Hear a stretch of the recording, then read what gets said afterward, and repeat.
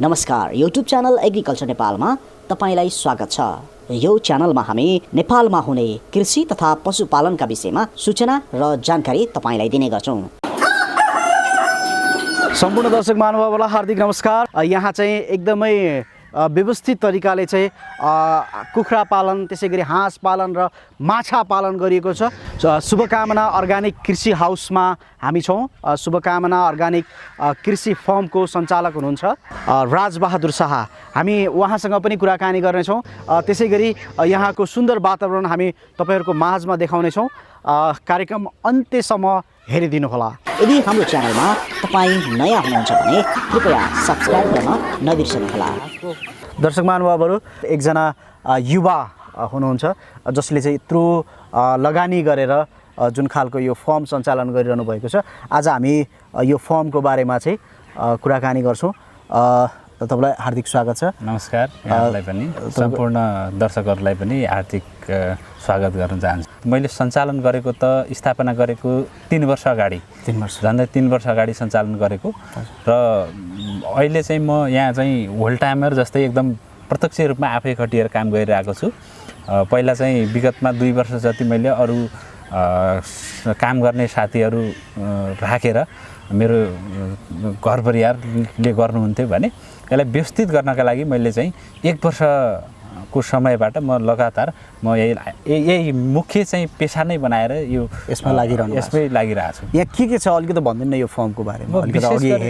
विशेष गरेर यो हाम्रो स्थापना गर्दाखेरिको सुरुवाती भनेको हामीले चाहिँ लेयर्स र ब्रोइलर पालनका लागि चाहिँ हामीले चाहिँ सुरुवात गरेका संरचना बनाएका थियौँ भने त्यसपछि हामीले यसलाई चाहिँ बनाउने क्रममा नै यसलाई चाहिँ हामीले चाहिँ स्वरूप परिवर्तन गऱ्यौँ। र विगतमा चाहिँ हामीले यसमा चाहिँ ब्रोइलर चाहिँ 1 वर्षसम्म ब्रोइलर गऱ्यौँ गर्नलाई भने पछि मैले जो 1 वर्ष योदेखि यता चाहिँ मैले यसलाई अलि भिन्न किसिमले चाहिँ प्रदेश सरकारले पनि अर्गानिक प्रदेश बनाउने घोषणा गरेको, त्यस्तै चाहिँ यो अर्गानिकलाई प्राथमिकता चाहिँ दिइरहेको अवस्थामा चाहिँ मैले पनि यसलाई अर्गानिक सबै यहाँका उत्पादन हुने चिज चाहिँ अर्गानिक हुने भनेर त्यही किसिमका प्रोडक्टलाई चाहिँ मैले चाहिँ लिएको छु। अब मैले विशेष गरेर यो फर्ममा चाहिँ उत्पादन गर्ने भनेको एउटा चाहिँ सुर्खेतमा माछाको एकदम राम्रो सम्भावना र यो ठाउँमा चाहिँ पानीको पनि 12 मास प्रशस्त सम्भावना भएकाले यो समथिङ मसँग अहिले चाहिँ 5-6 कट्टा जति चाहिँ एरियामा चाहिँ माछा पालन छ। यो टोटल्ली हामीले चाहिँ अब एकदम यो एकदम नदीकै माछा जस्तो हुन्छ यहाँको माछा उत्पादन। के नामको माछा चाहिँ मसँग अहिले भएको चाहिँ तपाईको कार्प जातको माछा छ। कार्प जातमा चाहिँ यो 6 किसिमका माछा चाहिँ हालिएको छ। कमन कार्प, ग्रास कार्प, रहु, नैनी, बिगेट कार्प, हैन, सिल्भर, यिनीहरू छन् भने त्यस्तै अर्को चाहिँ तपाईको इन्डियन प्रजातिहरू इन्डियाबाट विशेष गरेर भुरा पनि इन्डियाबाट आउँछ। यसको दाना पनि इन्डियाबाट आउने भएकाले यी चाहिँ 100% दानामा आधारित जातहरू छन्। एउटा पंगासियस माछा जसलाई बैखा पनि भन्छन्, एकदम चाँडो चाहिँ बढ्ने एउटा त्यो छ। त्यस्तै अर्को मङ्गुर माछा छ भने यो सबै माछा मसँग अहिले चाहिँ 12 देखि 14,000 चाहिँ यो कार्प माछा छ। त्यसै 9,000 पंगास छ र 3,500 मङ्गुर माछा राखिएको छ। यो माछाको प्रोडक्ट 1 नम्बरमा चाहिँ माछाको प्रोडक्ट हो। त्यस्तै चाहिँ अर्को मेरो चाहिँ मुख्य यो चाहिँ एउटा साइड चाहिँ प्रोडक्ट जस्तै हो। मेरो मुख्य प्रोडक्ट भनेको चाहिँ मैले चाहिँ लोकल कुखुरालाई फोकस गरेको छु। लोकल कुखुरा चाहिँ उत्पादन पनि गर्ने र सँगसँगै चाहिँ मैले चाहिँ लोकल कुखुराको चाहिँ चल्ला उत्पादन गरेर चाहिँ बिक्री वितरण गर्ने, हैन। यहाँ चाहिँ कर्णाली प्रदेशमा चाहिँ हाम्रो चाहिँ आवश्यकता अनुसार चल्ला नपाइने कृषक साथीभाइहरूले मगाउनु पर्यो भने टाढाबाट मगाउने, सही तरिकाको चल्ला नआउने, मिक्स आउने, हैन, विभिन्न किसिमको समस्याका कारण मैले यसलाई चाहिँ राम्रो हुनसक्छ भन्ने किसिमले यो लोकल कुखुरा उत्पादन सँगसँगै चाहिँ चल्ला उत्पादनलाई प्राथमिकता राखेर चाहिँ सुरुवात गरेको छु। अब यसमा चाहिँ मसँग अहिले चाहिँ लोकल कुखुरा अन्डा दिइरहेको 200 जति छ। 500 को लट हो। 500 मा अरू मैले बेचे भालेहरू, 200 जति चाहिँ लोकल कुखुराका पोथीहरू छन्, अन्डा दिइरहेका छन्। र त्यस्तै चाहिँ कडकनाथ कुखुरा भनेको यो चाहिँ एकदम भिन्न खालको कुखुरा हो। एकदम चाहिँ स्वास्थ्यवर्धक मानिन्छ यसको मासु। यो महँगो पनि छ। अब महँगो हुनाको कारण एक त यो एकदम दुर्लभ भएकाले महँगो पनि भयो र स्वास्थ्यका लागि एकदम लाभवर्धक भएकाले पनि महँगो छ। यसलाई नर्मली हामीले चाहिँ 2000 सम्ममा बेचिरहेको छौँ। 1500 देखि 2000 मा बिक्री हुन्छ कडकनाथ। कालो हुन्छ। यसको चाहिँ तपाईको बाहिरको रौँ पनि कालो, त्यसपछि चाहिँ गएर चाहिँ मासु कालो, यसको हड्डी समेत कालो हुन्छ, हैन। यो एकदम यसमा कोलेस्ट्रोलको मात्रा कम हुने भएकाले रोगी मान्छेहरूलाई पनि खान मिल्ने भएकाले यो चाहिँ छ। यसलाई पनि मैले एउटा मुख्य चाहिँ प्रोडक्ट प्रडक्टको रूपमा लिएको छु। म कहाँ चाहिँ अहिले 100 वटा छ, तत्कालै 200 वटा चल्ला चाहिँ मैले हाल्दैछु अब यो हप्ताभित्र। कडकनाथ 100 छ तपाईसँग? 100 वटा छ र 200 वटा अरू तत्कालै चाहिँ मेरो थप्दैछु यो। यसलाई पनि व्यावसायिक रूपमा लिन्छ, चल्ला उत्पादन सँगसँगै मासुका लागि पनि उत्पादन गर्नेछ भने। त्यस्तै अर्को चाहिँ अब उत्पादनहरूमा चाहिँ अब अरू यस्तै पन्छीजन्य चाहिँ अब लौकाटहरू भयो, टर्कीहरू भयो, अनि हाँस छ है। टर्की त देखेन, टर्की चाहिँ छैन मेरो पाल्ने योजना चाहिँ अब टर्की चाहिँ म कहाँ चाहिँ टर्की पनि तत्कालै आउँदैछ 100 वटा पिस। लौकाट त अब थोरै छ अहिले चाहिँ, अनि बटाई पाल्ने पनि सोच छ। 8-10 हजारसम्म पाल्न सकिन्छ बटाई, र 200 वटा हाँससम्मसँग पानी पनि भएकाले र माछा पनि सँगै भएकाले अब इन्टिग्रेटेड टाइपको चाहिँ एकदम सहज पनि पाल्न र इन्टिग्रेटेड टाइपको चाहिँ यो पालन प्रणाली चाहिँ अपनाउनको लागि हाँस पनि गरेको छु मैले। यो फर्मको बारेमा भयो। अनि तपाईँले यतातिर यो काँक्रा अनि त्यसै गरी यो टमाटरहरू यो लगाइरहनु भएको छ? यो यस्तो छ, म चाहिँ यो मैले तरकारी खेती मिक्स मार्क्स गरिरहनु भएको? तरकारी खेती नर्मल्ली अरू किसानहरूले गरिरहेको तरकारी खेती किसिमले गर्नुभन्दा पनि मैले अब यो चाहिँ एरिया छ म कहाँ चाहिँ अब यो टनेल बनिहाल्यो, अनि यसमा चाहिँ मैले एकदम भिन्न खालका चाहिँ प्रोडक्टहरू चाहिँ लगाइरहेको छु। म चाहिँ विगतमा अब होटलहरूमा पनि अनुभव रहेको, मेरो होटलमा पनि काम गरेको अनुभव, र स्तरीय होटलहरूमा चाहिँ चाहिने उत्पादनहरू हाम्रो चाहिँ यो कर्णाली प्रदेशमा त कुरै नगरौँ, हाम्रो पश्चिम नेपाल र नेपालमै पनि उत्पादन एकदम कम हुन्छ। काठमाडौँको पेरिफेरीमा पनि अलिकता उत्पादन छ, पोखरा होइन लगायतका ठाउँहरूमा अहिले चाहिँ सुरुवात गर्दैछन् अलिअलि। यी प्रोडक्टहरू चाहिँ एकदम महँगा प्रोडक्टहरू छन्, इङ्ग्लिस र चाइनिज भेजिटेबलहरू, अब यी एकदम हब्सहरू छन् यसमा पर्छन्। त्यस्तै चाहिँ म कहाँ अहिले लगाएको भनेको यो चेरी टमाटो छ, यो टोटल्ली सलादको लागि युज हुन्छ, पकाएर खानुभन्दा पनि हामीले सलादको लागि युज गर्छौँ। र त्यस्तै चाहिँ तपाईँको बेल पेपर लगाएको छु मैले, जो चाहिँ बेल पेपर भनेको क्याप्सिकम भेडे खुर्सानी हुन्छ, त्यसमा पनि रातो र पहेँलो हरियो 3 किसिमको चाहिँ हुन्छ कलरको, यसलाई बेल पेपर भन्छन्, त्यो छ। सँगसँगै चाहिँ काँक्राहरू अब थोरै छ काँक्रा, यो काँक्रा पनि युरोपियन काँक्रो होइन, त्यस्तै चाइनिज काँक्रो, तिनीहरू मैले लगाएको छु। त्यो सँगसँगै अरू चाहिँ उत्पादनहरू भनेको सलादहरूमा युज हुने चाहिँ लिटुस भयो, पक्सुई भयो, सेलरी भयो, त्यस्तै लिक लगायतका तपाईँले यो ठाउँ बाँकी भएको हुनाले मात्रै गर्नुभएको कि अथवा यसलाई चाहिँ निरन्तर अगाडि? यो निरन्तर हुन्छ मेरो, निरन्तर हुनको कारण भनेको अब ठाउँ खाली भन्दा पनि यो एउटा चाहिँ स्पेस त्यति नलाग्ने र थोरै ठाउँमा हुने, मेरो अलरेडी यो टनेल पनि व्यवस्थित तरिकाले बनिसकेको भएकाले यो उत्पादन सँगसँगै बजार पनि राम्रो छ यसको, त्यसकारण चाहिँ यो चाहिँ निरन्तर हुन्छ मेरो। यी चाइनिज 5-6 वटा। अब यो तपाईँको फर्मको बारेमा त लगभग हामीले बुझिहाल्यौँ के कसरी गर्नुभएको छ भन्ने कुरा होइन। अब तपाईँ एउटा युवा होइन, अब कृषि क्षेत्रमा चाहिँ प्रायः युवाहरूले चाहिँ त्यति अग्रसर भएको देखिँदैन। तपाईँ चाहिँ अब यो क्षेत्रमा चाहिँ केही गर्छु एउटा भविष्य देखेर जोलखानको लगानी गरिरहनु भएको छ होइन। पहिला चाहिँ के गर्नुहुन्थ्यो तपाईँले, अनि यो क्षेत्रमा चाहिँ कसरी मोटिभेट हुनुभयो तपाईँ? अब यो खासमा अब मेरो विगतमा के गर्थेँ भन्ने कुरा चाहिँ मैले चाहिँ अब यो म सुर्खेतमा आएको चाहिँ 12 वर्ष भयो। 12 वर्षको पेरिफेरीमा मैले धेरै किसिमका काम गरेँ। मैले चाहिँ सुरुवाती अवस्थामा चाहिँ पढ्दै काठमाडौँबाट यहाँ चाहिँ सुर्खेत आउँदाको भनेको चाहिँ एउटा गैर सरकारी संस्थामा कामको सिलसिलामा आएँ। म चाहिँ धन्दै चाहिँ 8 वर्ष जति। मेरो घर चाहिँ पहिला अछाम हो, त्यसपछि कैलाली, अनि कैलालीपछि अहिले चाहिँ यहाँ चाहिँ अहिले सुर्खेतमै बासिन्दा भयो। मैले चाहिँ लगभग 7 वर्ष जति गैर सरकारी संस्थामा काम गरेँ मैले। यो कृषि सेक्टर भयो होइन, त्यस्तै चाहिँ तपाईँको आय आर्जनका क्रियाकलापहरू होइन, तिनीहरू चाहिँ का प्रोजेक्टमा काम गरेँ। आस्था नेपाल भन्ने एउटा गैर सरकारी संस्था छ जुन अहिले पनि छ, त्यसमा काम गरेँ। र त्यस्तै मैले 3 वर्ष जति होटलमा पनि काम गरेँ। होटल किन यो क्षेत्रमा कसरी लाग्नु? त्यो सँगसँगै अब मैले यो कृषि क्षेत्रमा लाग्नको चाहिँ उद्देश्य भनेको अब पहिला सानोमा पनि मलाई चाहिँ कृषि सेक्टरमा एकदम रुचि भएको, र मैले चाहिँ तपाईँको कृषि प्राविधिक पनि पढेकाले चाहिँ कृषि प्राविधिक यो पनि हो। त्यस्तै चाहिँ तपाईँको यो एउटा चाहिँ तपाईँको अब के भयो भने अहिलेको जमानामा जागिर मात्रै गरेर त्यति उपलब्धिमूलक हुने देखेन मैले। जागिर गर्ने, अर्काको चाहिँ जागिर गरेर आउने पैसा घर खर्च टाल्ने बाहेक अरू छैन। त्यसकारण केही गर्नुपर्छ भनेर मैले यो व्यवसाय चाहिँ सुरु गरेको छु।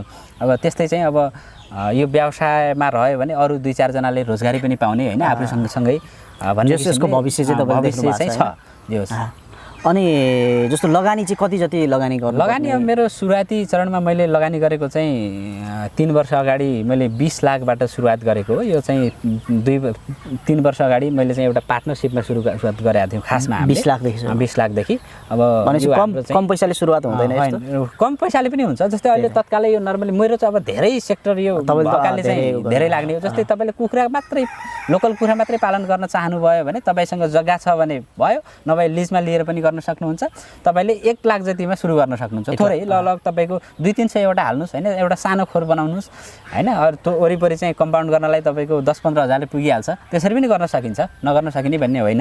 अब मेरो पहिलाको प्लान अलिक भिन्न भएकाले अलिक ठुलो फार्म गर्ने उद्देश्य भएकाले मेरो चाहिँ लगानी चाहिँ 20 लाखबाट सुरुवात गरेँ र अहिले मेरो धन्न 60 लाख जति लगानी भइसकेको छ यो फार्ममा।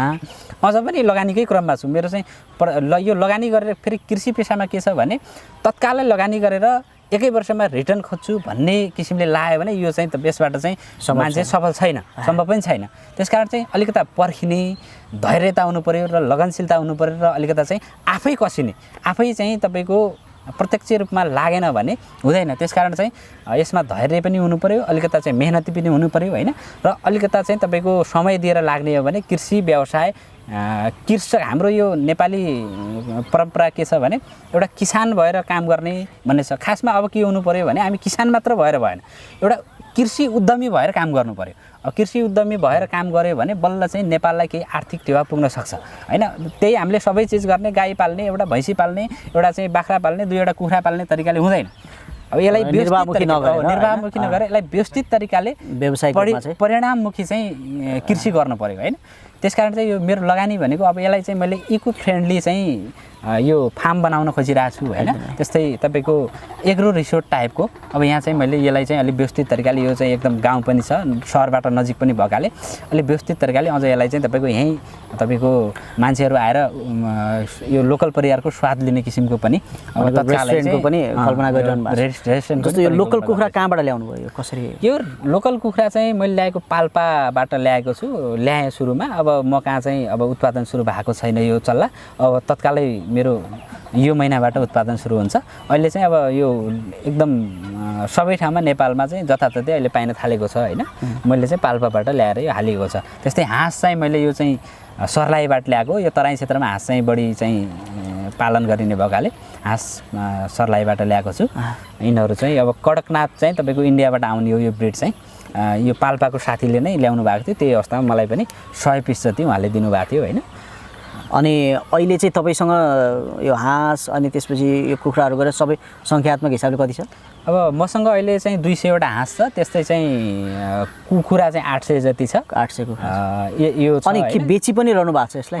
यो बेची पनि रहेको छु मैले। अब हाँस चाहिँ बिक्रीकै क्रममा छ अनि लोकल कुखुराको 1 लट मेरो 500 किलो लट बिक्री भइसक्यो र अर्को तयार हुँदैछ होइन।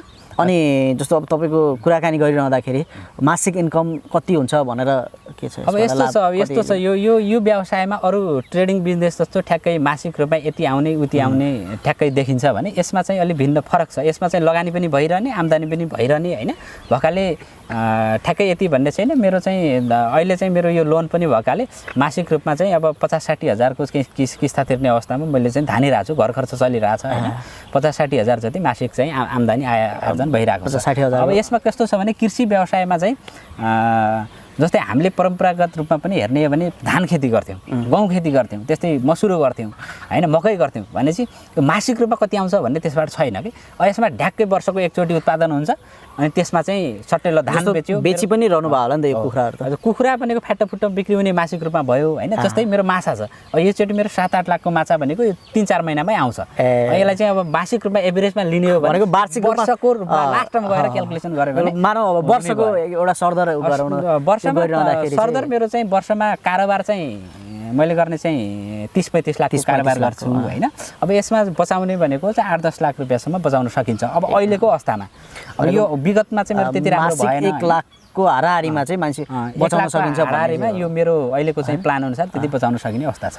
अनि तपाईँलाई अरू गर्न मन लागेन जस्तो विदेश जाने कुरादेखि लिएर विदेश जाने एनजिओमा काम गरिरहनु भएको थियो विदेश जाने कुरामा भन्ने हो भने मेरो विदेश जानलाई त अब फ्यामिलीबाट ल विदेश गएर राम्रै हुन्छ विदेश जान मेरो चाहिँ अब धेरै नातेदारहरू पनि कोही युरोपतिर जानु भएको छ कोही चाहिँ अब विदेशतिर हुनुहुन्छ कोही कतै हुनुहुन्छ ल जाउन त अहिले पनि ल तपाईँ विदेशतिर युरोपतिर गएर बसे भइहाल्यो नि भन्नुहुन्छ फ्यामिलीले होइन मेरो म्याडमले भनेपछि मलाई विदेश भने पटक्कै मन नपर्ने ठाउँ अब घुम्न एक्सपोजरका लागि जाउँला एउटा आफ्नो ठाउँ हो विदेश गएर स्वदेशमै केही गर्नु स्वदेशमै म अरू पनि युवालाई भन्न चाहन्छु तपाईँ विदेशमा खाडी मुलुकमा गएर खाडी मुलुकमा जानलाई पनि कम्तीमा नि 50,000 1 लाख रुपियाँ खर्च गर्नुपर्छ 1 लाख खर्च गरेर कमाउने भनेको त्यही 30,000 20,000 हो 20,000 रुपियाँ ल आउनुहोस् एकजना दुईजना युवा काम गर्न चाहन्छु भन्नुहुन्छ भने म यही फर्ममा पनि चाहिँ 20,000 दिएर रोजगारी दिन चाहन्छु तर हाम्रो अवस्था के छ भन्ने अहिले हामी चाहिँ आफ्नै ठाउँमा गर्न लाज मान्ने गर्न नचाहने त्यस्तो परिवेश छ कि त्यसकारण चाहिँ अब यो मेहनत गरेपछि यहीँ धेरै छ भन्ने चाहिँ यो एउटा उदाहरण पनि दिन चाहेको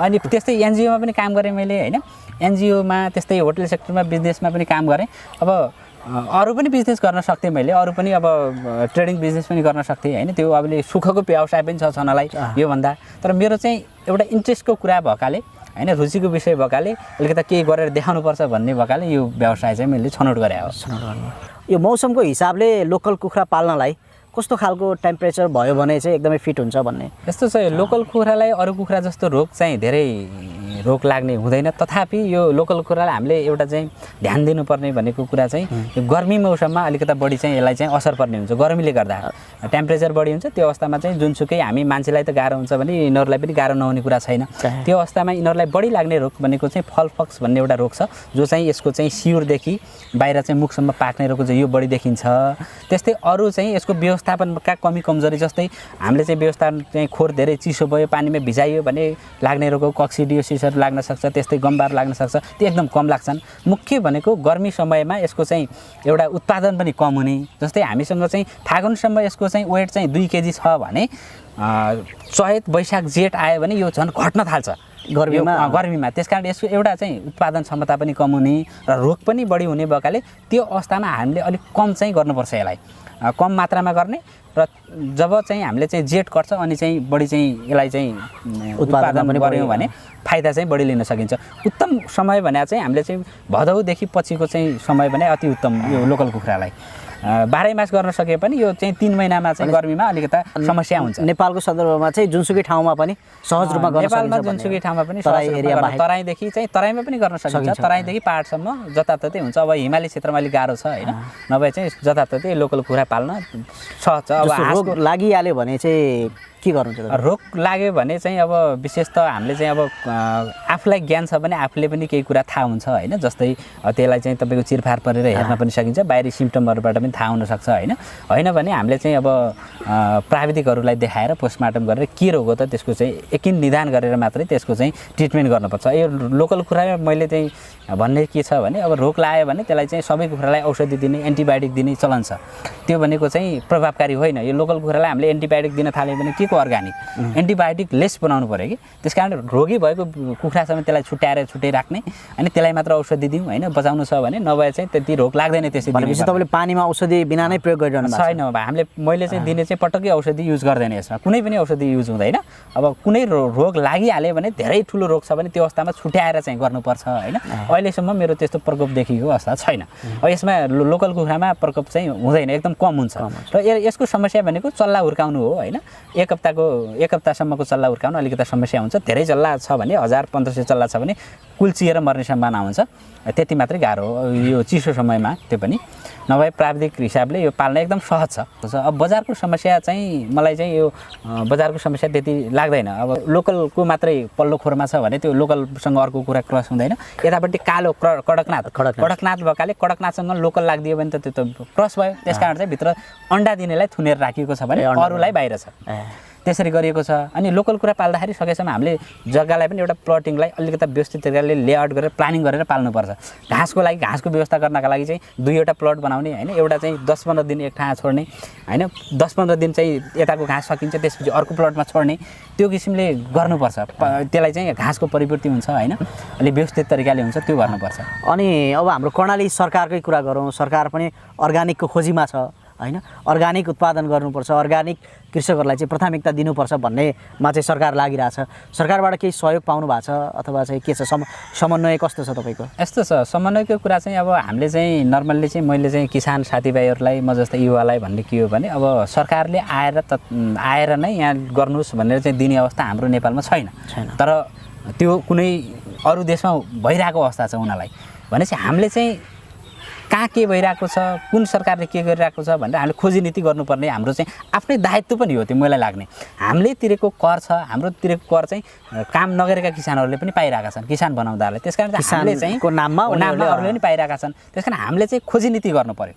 त्यसै अब सरकारको यो कर्णाली प्रदेश सरकारले कृषिमा अहिले चाहिँ ठुलो चाहिँ धनराशि खर्च गरिरहेको अवस्था छ। कर्णालीलाई अर्ग्यानिक प्रदेश बनाउने भनेको छ होइन। त्यसकारण हामीले चाहिँ एउटा चाहिँ त्यसलाई चाहिँ त्यसको सदुपयोग तपाईले गर्न पाउनु भएको छ? सदुपयोग गर्नलाई अब मैले योचोटि चाहिँ यो माछा पालनलाई अलिकता चाहिँ अनुदान चाहिँ योचोटि आयो। अरू चाहिँ मेरो टोटल्ली आफ्नै सो लगानी हो।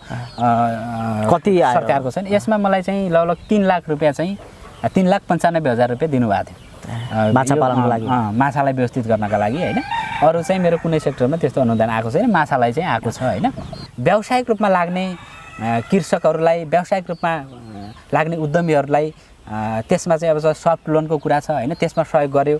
त्यस्तै चाहिँ अनुदानमा पनि तपाईँको उसको चाहिँ कन्ट्रिब्युसन के छ त यो प्रदेशका लागि भनेर त्यसलाई चाहिँ तपाईँको उसको कन्ट्रिब्युसनको आधारमा अनुदान दिने चाहिँ प्रोत्साहन गर्यो भने त्यो चाहिँ एकदम देशको विकासका लागि त्यो चाहिँ राम्रो हुन्छ जस्तो लाग्छ मलाई। भिडियो हेर्ने कति साथीहरूलाई चाहिँ लागिरह होला कि हामी पनि यस्तो खालको गर्न पाइदिएको भए हुन्थ्यो भन्ने लाग्यो होला होइन।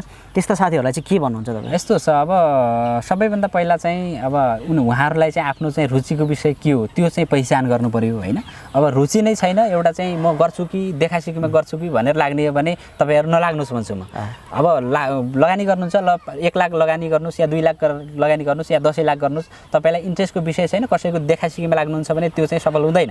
तपाईँलाई वास्तवमै इन्ट्रेस्ट हो भने त्यसको चाहिँ सबभन्दा पहिला स्टडी गर्नुहोस्। एउटा चाहिँ तपाईँले यो व्यवसायको सम्भाव्यता के छ, मार्केट के छ होइन, यसमा लगानी प्राविधिक रूपमा के, यसको चाहिँ कठिनाइ के छ, अवसर के छ होइन, त्यसमा चाहिँ यो हाम्रो भौगोलिक बनावट के छ भनेर त्यो चाहिँ अध्ययन गर्ने। त्यसपछि मात्र यसमा लाग्यो भने एकदम निरन्तर रूपमा मेहनत गरेर लाग्यो भने यसमा चाहिँ सम्भव त राम्रै छ।